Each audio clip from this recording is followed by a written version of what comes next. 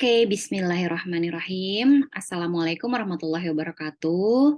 Perkenalkan, nama saya Dila Meirisa, biasanya dipanggil Dila. Saya ibu dari dua orang putra yang insya Allah sedang menantikan kelahiran putra ketiga. Gitu. Saat ini saya sedang mengikuti program 90 Days Advanced Exercise for Talent Mapping Practitioner gitu. Jadi ini program pendalaman materi untuk Talent Mapping Practitioner untuk lebih mendalami tentang talent mapping gitu. Nah, kali ini saya ada tugas untuk berkenalan gitu ya. Nah, sebelum saya mulai dan untuk menjawab tugas-tugas kali ini, mungkin saya mau tarik balik bercerita dulu bagaimana saya berkenalan dengan talent mapping. Sekitar tahun 2008 atau 2009, saya lupa persisnya, itu foundernya talent mapping yaitu Pak Rama Royani atau yang lebih akrab dipanggil Abah Rama ini main ke FISIP UI ketika itu kampus saya dan mengadakan acara tentang talent mapping gitu. Nah, singkat cerita saya saat itu panitia dan panitia juga boleh ikut untuk mengikuti tes talent mapping ketika itu. Itulah perkenalan pertama saya dan saya jadi tahu bahwa ada yang bernama talent mapping gitu untuk mengenali bakat dewasa gitu ya. Nah, lalu kemudian dalam perjalanannya setelah menikah dan punya anak, kurang lebih selama pandemi lah. Selama pandemi itu waktu saya semakin luang gitu ya. Anak kedua juga sudah selesai fase menyusui sehingga saya lebih memiliki banyak luangan waktu gitu untuk fokus bisa melihat kembali target-target atau apa yang ingin saya lakukan secara personal gitu kan. Melakukan banyak pencarian lah gitu. Tahun 2001 gitu ya, sepanjang 2001 juga saya mengikuti banyak sekali kelas gitu ya, pengayaan, terus mempelajari dan membaca apa fokus saya gitu, hingga akhirnya punya keinginan untuk kuliah lagi gitu.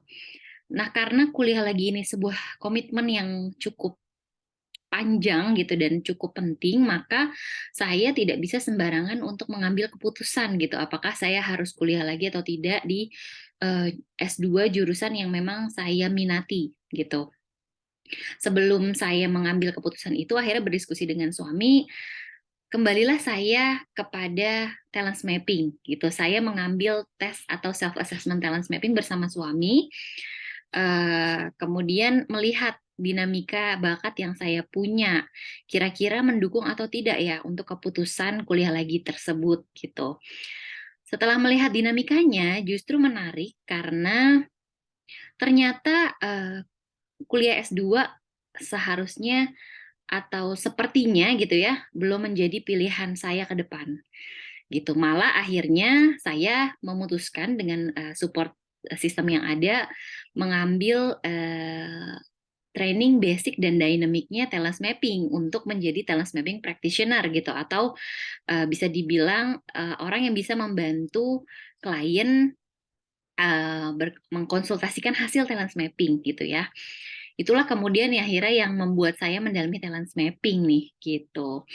Nah, terus kenapa sih mau mau mendalami talent mapping dan menjadi talent mapping practitioner gitu.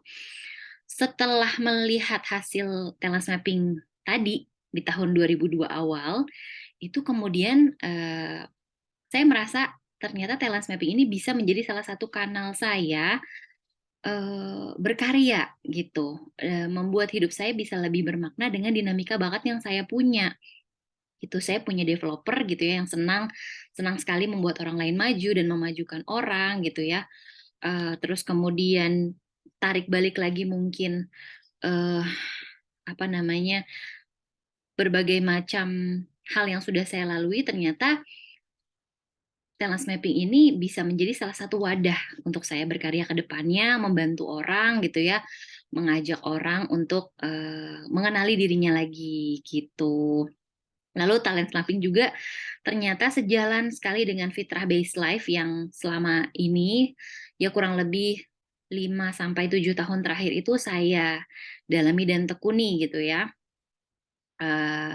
Sehingga semakin mantaplah saya untuk menjadi talent mapping practitioner, seperti itu. Karena harapannya baik diri sendiri maupun orang lain di sekitar saya maupun orang yang ingin saya ajak untuk sama-sama maju ini bisa lebih memantapkan diri jalan yang dipilih gitu dalam hidup sebelum usia 40. Jadi harapannya 40 tahun tuh udah tidak lagi menghadapi galau-galau dalam hidup gitu ya. Nah, terus bagaimana sih saya akan membantu orang lain dengan talent mapping gitu ya.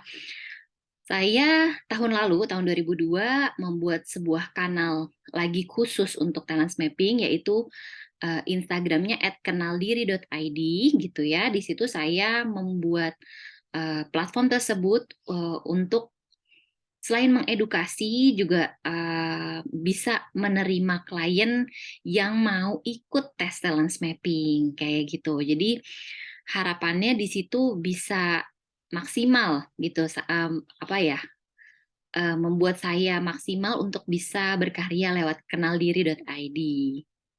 Nah, peran apa sih yang mau saya ambil gitu ya dalam talent mapping ini? Secara khusus kan memang kita diciptakan unik sebagai manusia, satu persatu tuh beda.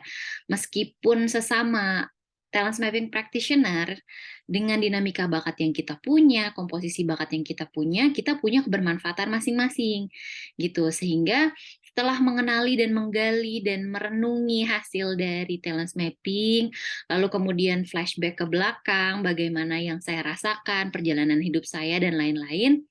Kemudian akhirnya saya memutuskan untuk mengambil peran sebagai motivator gitu ya, atau orang yang bisa menyemangati orang lain dengan aktivitas seperti guiding, supporting, dan motivating tadi gitu. Harapannya semoga peran ini bisa saya ambil secara maksimal lewat talent mapping practitioner.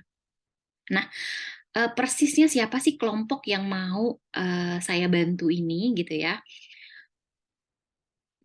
Setelah berefleksi beberapa waktu, kemudian saya menentukan bahwa usia dewasa muda ini yang akan menjadi target saya untuk saya develop gitu. Siapa usia dewasa muda? Itu mereka yang di rentang usia 18 sampai 40 tahun gitu ya maksimum. Dia bisa ibu-ibu atau pasangan gitu, atau khususnya ya isu tentang keluarga gitu. Karena saya pribadi memiliki komunitas ibu muda, yaitu Circle of Young Mom, yang di situ juga ternyata saya memiliki concern tersendiri terhadap pemberdayaan ibu-ibu gitu. Kenapa? Karena bagi saya ibu-ibu itu tonggak peradaban yang luar biasa gitu. Nggak hanya sekedar mendidik atau membesarkan atau melahirkan, tapi ibu yang berdaya itu melahirkan keluarga yang berdaya, melahirkan masyarakat juga yang berdaya dan berkualitas gitu. Jadi, dan saya juga punya concern gitu, ketika ibu-ibu ini kemudian memasuki usia matang, yaitu 40 gitu ya, dan memasuki lagi nanti ke masa tua, harapannya nih ibu-ibu tidak merasa hilang atau hilang arah gitu. Mereka bisa mengisi waktu di dewasa mudanya dengan pencarian-pencarian diri, salah satunya bisa lewat talent mapping gitu, lewat mengenali kembali, menggali lagi, pendekatan kembali sama diri sendiri, sehingga harapannya nanti semakin mantap lah misi hidup yang mau mereka pilih ke depannya gitu. Karena setelah anak-anak besar dan tumbuh gitu ya, pastinya kita nggak boleh melupakan peran diri kita sendiri sebagai apa individu gitu. Jadi itulah kelompok yang mau saya sasar gitu ya sebagai target dari talent mapping di kenaldiri.id itu gitu. Lalu kemudian bakat dan potensi kekuatan apa sih yang saya miliki yang bisa dimaksimalkan gitu ya untuk menjalankan peran tadi?